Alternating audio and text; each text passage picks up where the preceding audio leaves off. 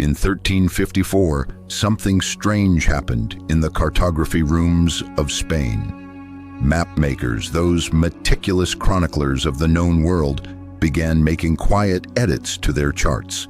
Names started disappearing from the African interior.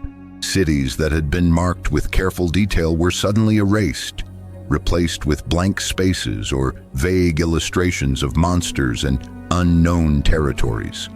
Among these vanishing names was Timbuktu, a city whose wealth rivaled anything Europe had to offer, whose libraries held more books than most European cities combined, whose universities attracted scholars from 3 continents. History doesn't fear the weak. It fears what exposes its lies.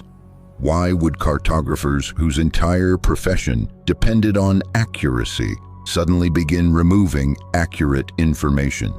Why did European maps start erasing African cities they had once not only acknowledged, but admired? The answer is unsettling, because what Europeans were finding in Africa, the sophistication, the wealth, the intellectual achievements, challenged everything they believed about power, civilization, and their own place in the world's hierarchy. Because what Europeans found in Africa challenged everything they believed about power. If you've never been taught this version of history, you're not alone. This is the story of how an entire continent was reimagined, rewritten, and repositioned in the global narrative, not because of what it lacked, but because of what it possessed. Subscribe to Ancient Africa Untold, because erased history only stays erased when it's not told. Long before Europe emerged from what it would later call its Dark Ages, Africa was already writing its chapter in human achievement. This isn't mythology or romantic revisionism. This is documented, archaeological, verifiable fact. The story begins where all human stories begin. In Africa itself, in places like Olduvai Gorge in Tanzania and the highlands of Ethiopia, where the earliest human ancestors left their footprints in volcanic ash, where the story of humanity itself was written in bone and stone. But Africa's contribution to civilization extends far beyond being humanity's birthplace. While Europe was still organizing itself into tribal confederations, African civilizations were already practicing sophisticated statecraft, advanced metallurgy, and complex mathematics. The kingdom of Kush, which the Greeks called Nubia, was building pyramids that outnumbered those of Egypt. These weren't primitive imitations. They were architectural achievements that demonstrated advanced understanding of engineering, astronomy, and mathematics. The Nubians developed their own written script, Meroitic, which scholars are still working to fully decipher today. In Kemet, what we now call ancient Egypt, but was very much an African civilization, mathematicians were calculating the circumference of the Earth. Astronomers were mapping the stars with precision that wouldn't be matched in Europe for centuries, and physicians were performing surgeries that required detailed anatomical knowledge. The Edwin Smith Papyrus, dating to around 1600 BCE, describes surgical procedures and medical observations that reveal a sophisticated understanding of the human body. Move forward in time to the city of Meroe, in what is now Sudan. Between 300 BCE and 300 CE, Meroe was producing iron at an industrial scale. The archaeological evidence is undeniable. Slag heaps, furnace remains, and iron implements that tell the story of a civilization that had mastered metallurgy while much of Europe was still in what historians would later call the Dark Ages. This wasn't small-scale blacksmithing. This was industrial production that required sophisticated knowledge of ore processing, temperature control, and metalworking techniques. Africa wasn't waiting to be discovered. The world was already depending on it. African trade networks stretched across the Sahara, connecting sub-Saharan civilizations to the Mediterranean, the Middle East, and beyond. Gold, salt, ivory, and ideas flowed along these routes. Cities like Gao, Jenne, and yes, Timbuktu grew wealthy and sophisticated at the crossroads of these networks. These weren't isolated villages. They were cosmopolitan urban centers with populations in the tens of thousands, with organized governments, legal systems, and cultural institutions. So if Africa was this advanced, if it was this integrated into global trade, if it was producing wealth and knowledge and art, why did the story change? Why does the popular imagination today often reduce pre-colonial Africa to something primitive, something waiting to be civilized? The answer lies not in what Africa was, but in what Europe needed it to be. The first sustained contacts between medieval Europe and West African civilizations produced documents that read very differently from what would come later. Arab travelers and merchants, who had been engaging with African civilizations for centuries, wrote detailed accounts of what they found. Later, as European exploration expanded, European travelers began adding their own observations, and what they described often contradicted everything their homelands believed about civilization and progress. Leo Africanus, a diplomat and explorer born in Granada, traveled extensively through North and West Africa in the early 1500s. His descriptions of Timbuktu are remarkable, not for what they exaggerate, but for what they matter-of-factly report. A city of substantial stone buildings, a center of Islamic learning with numerous schools and universities, markets filled with goods from across the known world, and a thriving book trade. He noted that books and manuscripts were among the most profitable commodities in the city, more valuable than many other trade goods.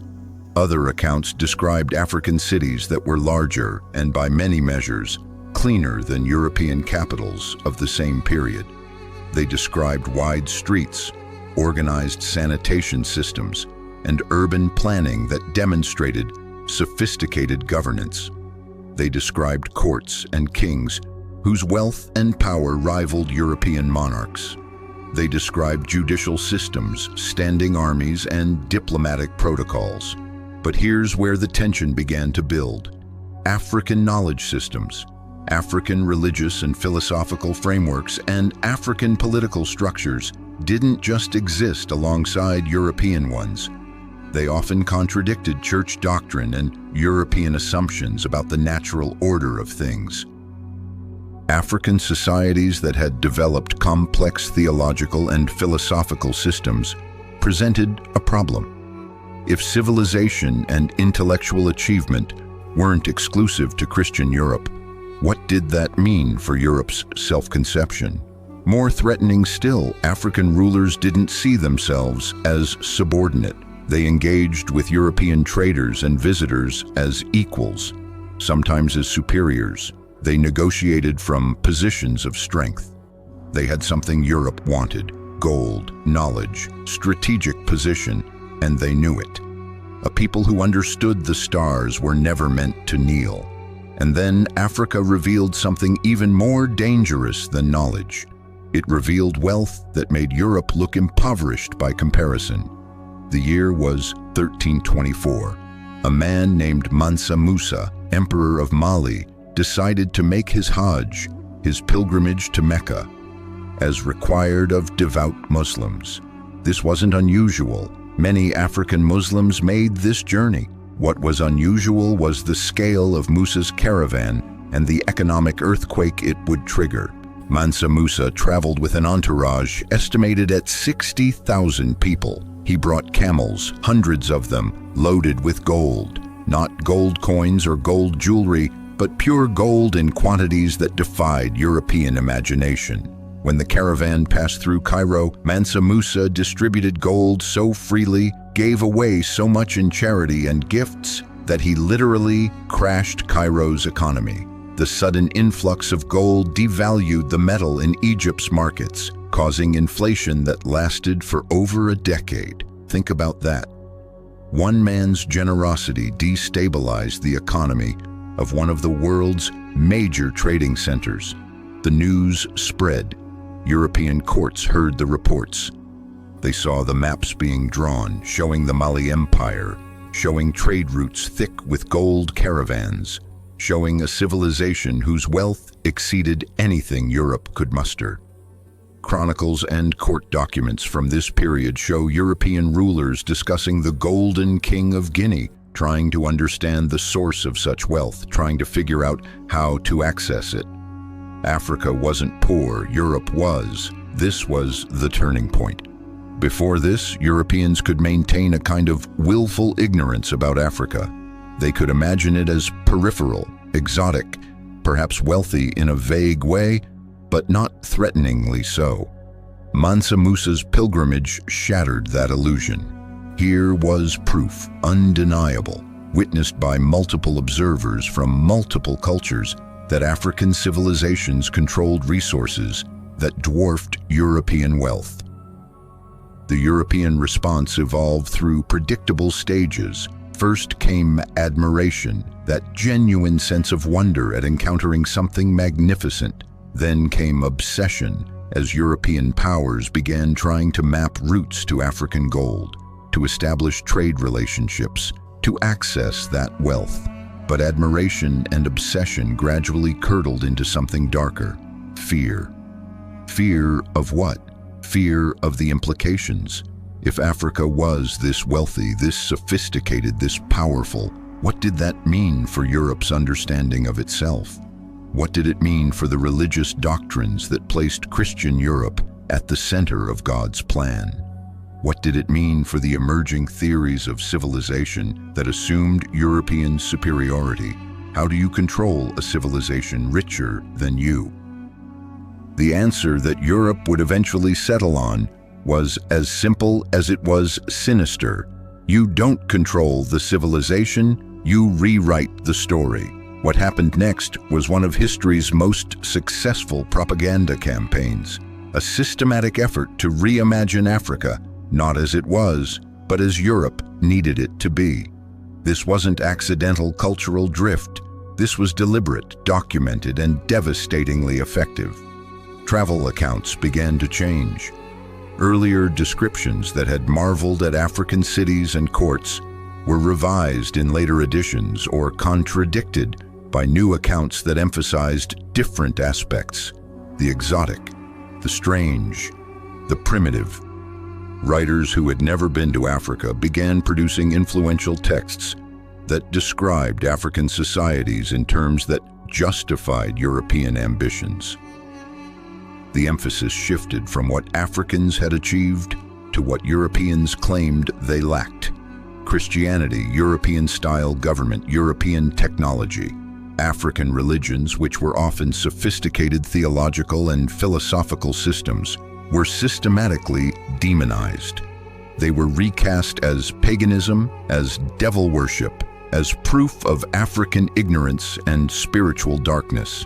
Never mind that these religions often had complex creation narratives, moral frameworks, and metaphysical concepts. They were different from Christianity, and in the worldview being constructed, different meant inferior. Language became a weapon. African political entities, which had been described as kingdoms and empires, began being called tribes. This wasn't neutral terminology. It was a deliberate diminishment. A kingdom has a government, a legal system, diplomatic relations, legitimate sovereignty. A tribe, in the European imagination of the time, was something primitive, something not quite a real nation, something that didn't require the same diplomatic respect. African names were treated as unpronounceable, barbaric, or simply erased in favor of European designations. Cities were renamed. Regions were renamed. Eventually, people would be renamed, stripped of their African identities and given European names as part of a broader assault on identity itself. The strategy was psychological warfare, dehumanization as justification. Because here's the uncomfortable truth that was emerging in European consciousness: the wealth of Africa was too tempting to ignore, but simply taking it from sophisticated, powerful civilizations was harder to justify. morally, politically, practically. The solution was to reconstruct the narrative so that Europeans weren't conquerors exploiting advanced civilizations, but rather civilizers bringing progress to primitive peoples. You don't enslave equals, you redefine them.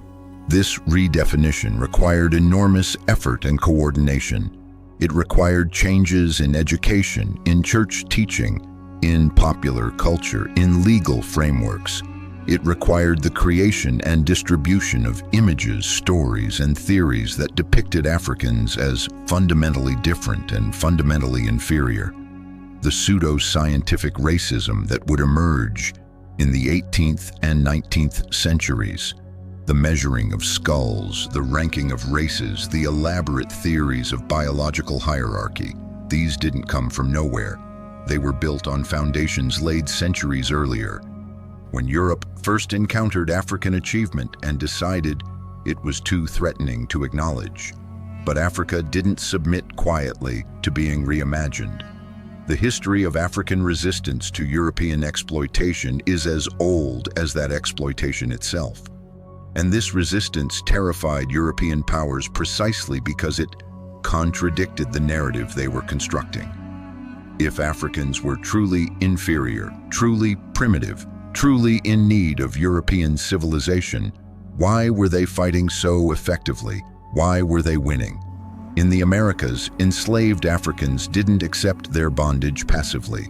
They escaped, they rebelled, they established autonomous communities called Maroon societies in remote regions of Brazil, Jamaica, Suriname, and elsewhere.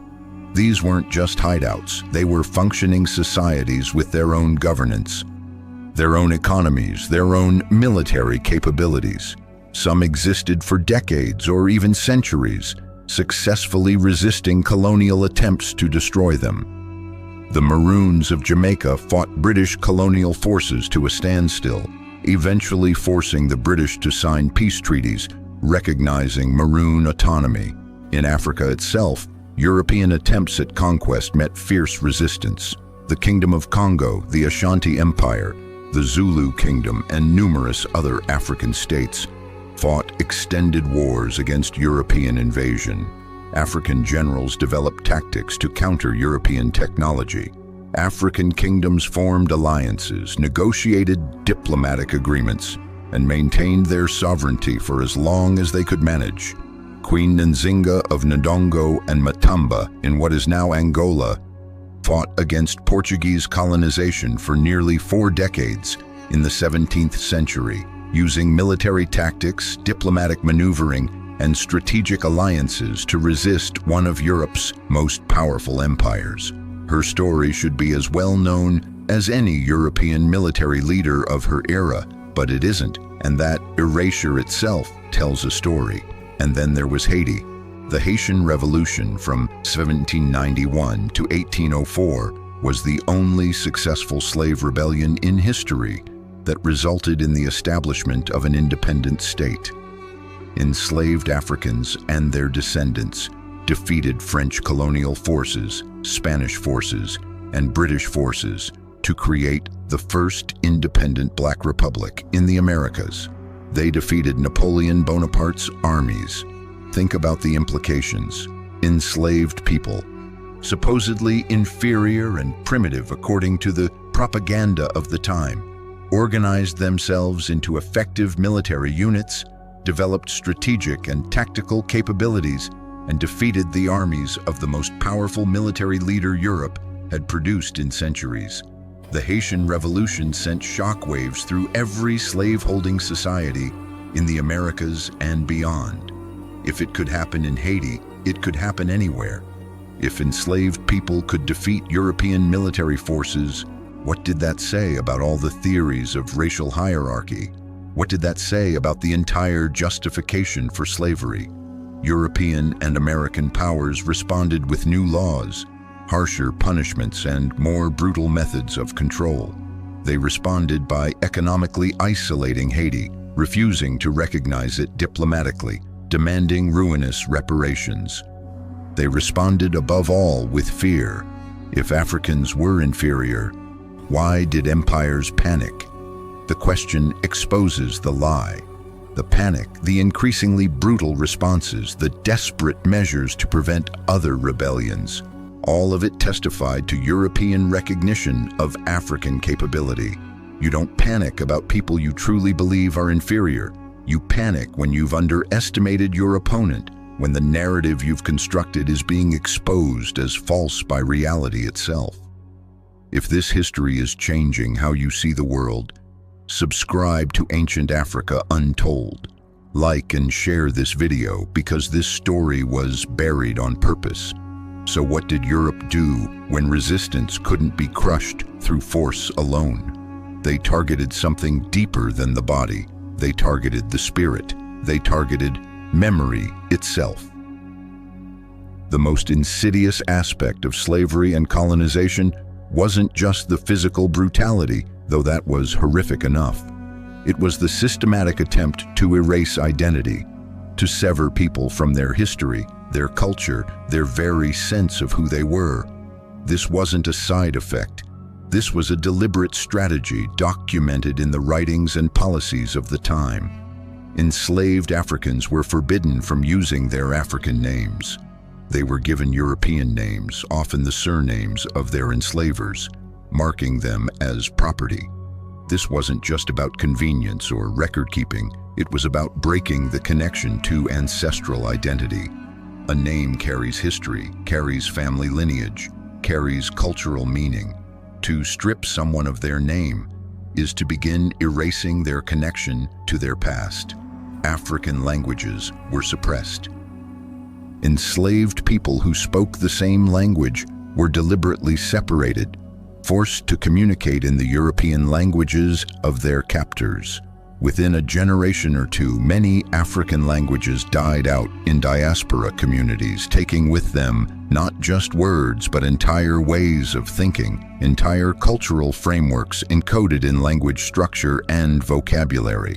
African religious practices were banned and demonized. People were forced to convert to Christianity, often at penalty of death.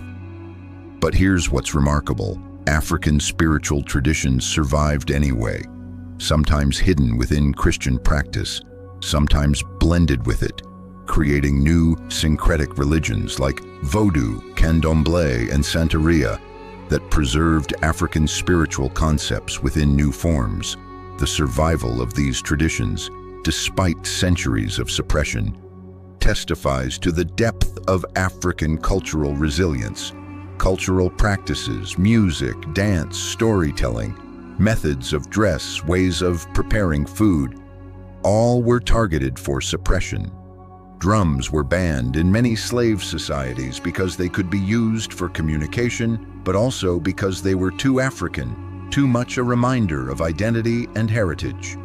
Yet African musical traditions survived and evolved, becoming the foundation for blues, jazz, gospel, samba, and countless other musical forms that would eventually reshape global culture. The goal wasn't just labor, it was amnesia. If you could make people forget where they came from, forget what their ancestors had achieved, forget their languages and religions and cultural practices, then you could remake them as you wished. You could make them believe the lies you told about them. You could make them believe they had always been inferior, had never built anything, had no history worth remembering. They feared African strength, but they feared African memory more. Because memory is power, memory is resistance.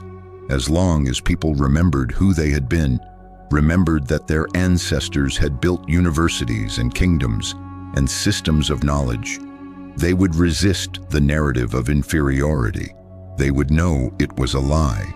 And when memory survived, when it was passed down through oral traditions, through coded cultural practices, through whispered stories told from parent to child, when memory survived despite everything, European powers realized they needed a more comprehensive solution. They needed to control not just individual people, but entire societies. They needed to redraw the map itself. In November 1884, representatives from 14 European nations gathered in Berlin. Also present was the United States and the Ottoman Empire, notably absent any African representatives. Over the course of several months, until February 1885, these European powers sat in comfortable conference rooms in Berlin and carved up an entire continent. They called it the Berlin Conference, though Africans would come to know it as the Scramble for Africa. European powers drew borders across Africa with rulers and pencils, often with no knowledge of or regard for the peoples, cultures, kingdoms, and societies those borders would cut through. Ethnic groups were divided. Historical enemies were forced into the same colonial territories. Trade routes were severed. Political entities that had existed for centuries found themselves suddenly split between French, British, German, Belgian, Portuguese, Italian, or Spanish colonial control. The decisions made in that Berlin conference room would shape African geography and politics for over a century. Many of Africa's current borders still reflect those arbitrary colonial divisions, and many of Africa's modern conflicts can be traced back to borders drawn by Europeans who had never set foot in the regions they were dividing. But here's what's crucial to understand. The Berlin Conference wasn't just strategic colonization, it was desperate preemption. By the 1880s, African resistance movements were growing stronger. African leaders were learning to play European powers against each other diplomatically. African kingdoms were acquiring European weapons and tactics. Some African leaders were even sending students to Europe to learn European languages and political systems, the better to engage with European powers on more equal terms. Europe could see which way the wind was blowing. They could see that time was not on their side, that the longer African societies had to adapt and respond to European pressure, the harder conquest would become. The Berlin Conference was an attempt to formalize and accelerate colonization before African resistance became insurmountable. Africa wasn't conquered because it was weak, it was rushed because it was strong. Think about the timing. This wasn't the 1500s when Europe first encountered African wealth. This was the 1880s, after centuries of engagement, after Europeans had seen African military capabilities, after the Haitian Revolution, after countless African victories over European forces. The Berlin Conference happened because European powers knew they had a limited window of opportunity, and they needed to coordinate their efforts before that window closed. The subsequent colonization of Africa was brutal and devastating, but it was also remarkably brief in historical terms. Unlike the Americas, where European colonization stretched across centuries, European colonial control over most of Africa lasted less than a century, in many cases, much less. This wasn't because Europe was merciful, it was because African resistance never stopped, and because the narrative of European superiority was continuously being challenged by African capability. Did colonization end the fear, or just disguise it? European colonial powers eventually withdrew from Africa, mostly in the wave of independence movements between the 1950s and 1970s. But the fear, that fundamental fear that acknowledging African achievement would undermine European narratives, didn't end. It just evolved. It took new forms, more subtle than colonial domination, but often just as effective at maintaining the power dynamics that colonization had established. Look at education. How is African history taught in most of the world? If it's taught at all, it's often reduced to ancient Egypt, and even that is sometimes visually separated from Africa in textbooks. Slavery, colonization, and perhaps some mention of independence movements and modern challenges. The thousands of years of African civilization, the kingdoms and empires, the intellectual achievements, the art and literature and philosophy, most students graduate without ever encountering any of it. This isn't accidental. Educational curricula are political documents. They reflect choices about what knowledge is considered important. The continued marginalization of African history in global education perpetuates the narrative that Africa's story doesn't really begin until Europeans arrive. It perpetuates the idea that Africa was historically stagnant, waiting for outside forces to set it in motion. Look at media narratives. How is Africa portrayed in news coverage, in films, in literature? Despite Africa's 54 countries, despite its enormous geographic, cultural, and political diversity, media coverage still tends toward certain tropes: poverty, disease, conflict, corruption. These problems exist and deserve attention.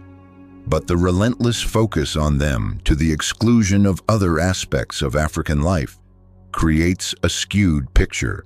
It makes Africa seem like a place of perpetual crisis, a place defined by lack rather than by presence, by failure rather than by achievement. Meanwhile, African innovation, African art, African literature, African scientific contributions, African economic success stories, African solutions to African challenges, these receive a fraction of the attention. When they do receive attention, it's often framed as surprising or exceptional, as if African capability itself is newsworthy rather than expected. Look at resource extraction. The colonial period may have ended, but African resources, minerals, oil, agricultural products still flow out of Africa at rates that don't translate into proportional wealth for African nations. The legal structures may have changed, but the economic patterns established during colonization often persist. International financial institutions, trade agreements, and corporate practices continue patterns of extractive relationships that echo colonial economics. Look at political interference and division. African nations that attempt to pursue independent economic or political paths often face international pressure, economic sanctions, or even foreign-backed regime change.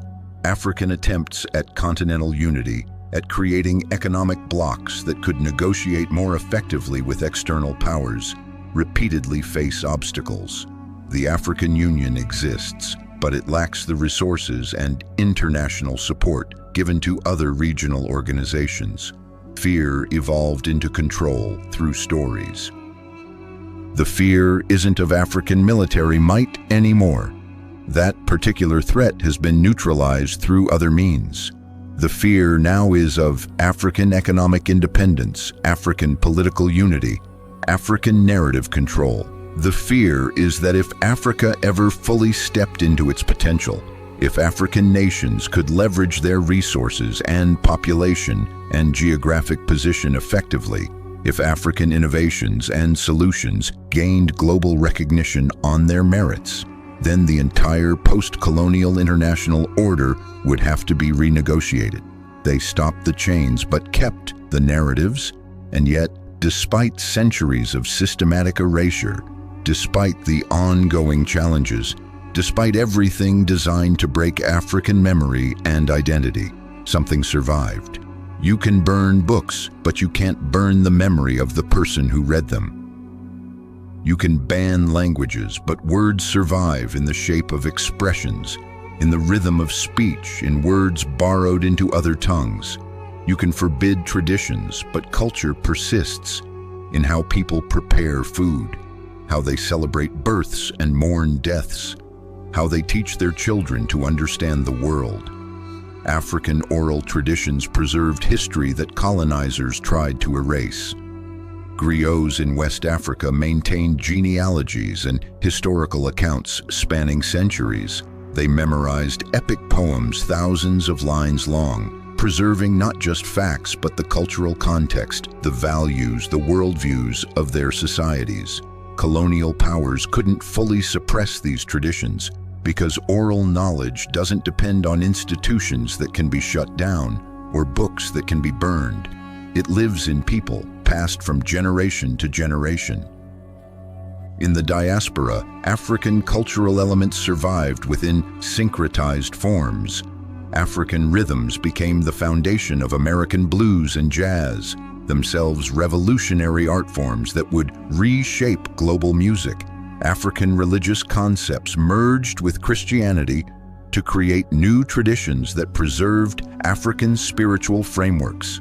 African words entered into Creole languages, marking the persistence of African linguistic heritage. African cooking techniques and ingredients transformed the cuisines of the Americas.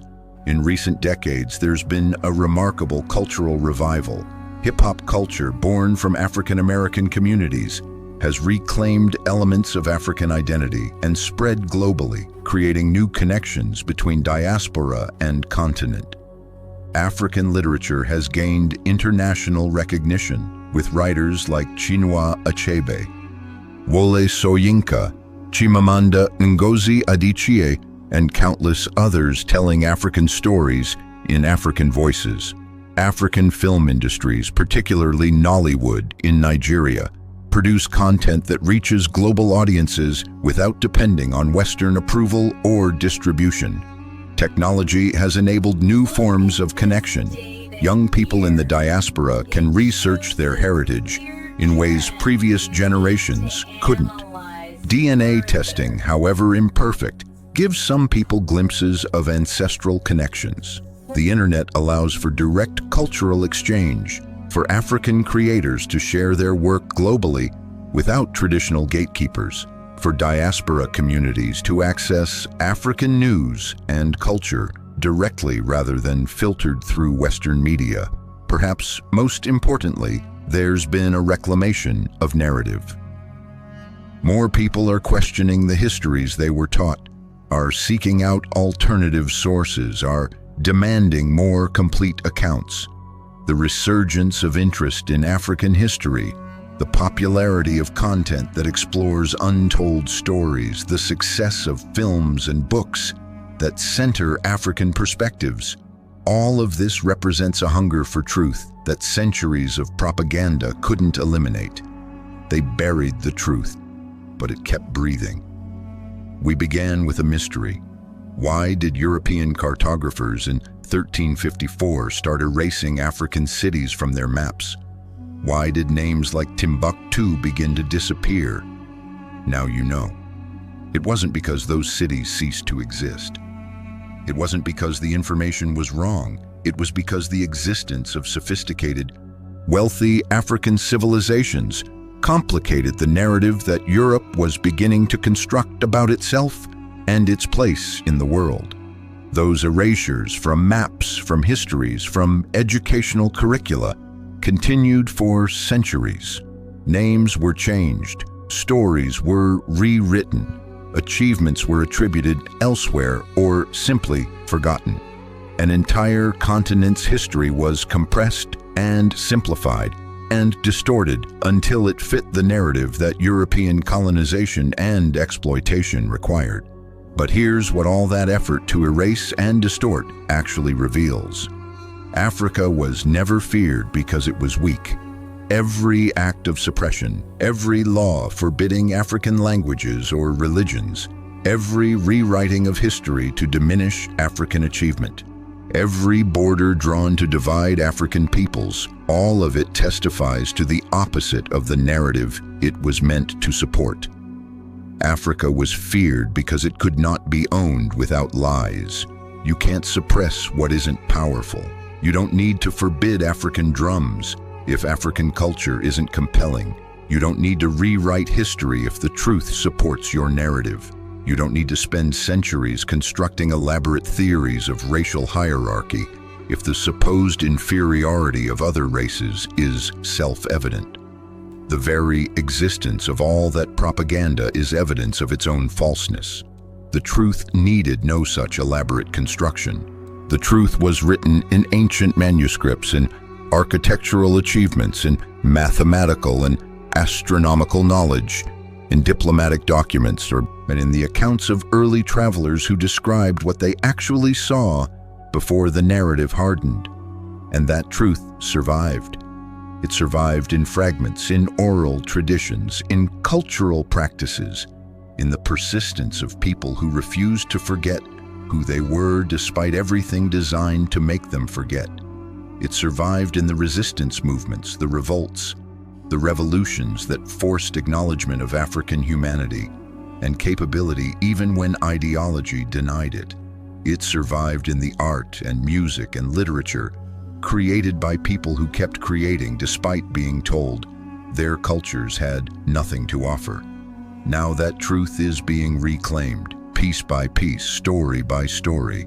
Historians are re-examining old sources, archaeologists are uncovering physical evidence, scholars are learning to read ancient scripts, communities are revitalizing traditional practices. The internet allows for the spread of information that was once carefully controlled by institutions. A new generation is asking questions that weren't supposed to be asked, demanding answers that were supposed to stay buried. This is why this history matters, not just because it corrects the record, though that matters, not just because it gives credit where credit is due, though that matters too. It matters because the lies told about Africa were never just about Africa. They were about constructing a worldview that justified exploitation, that made inequality seem natural, that allowed people to benefit from injustice while feeling righteous about it. Dismantling those lies means dismantling the frameworks built on them.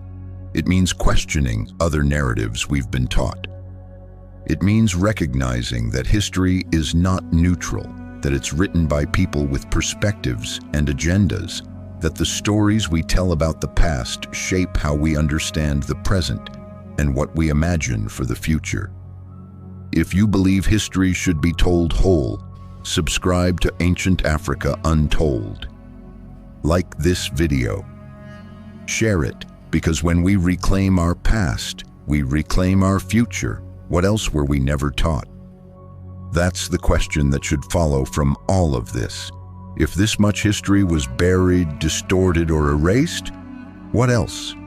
What other stories challenge the narratives we've inherited?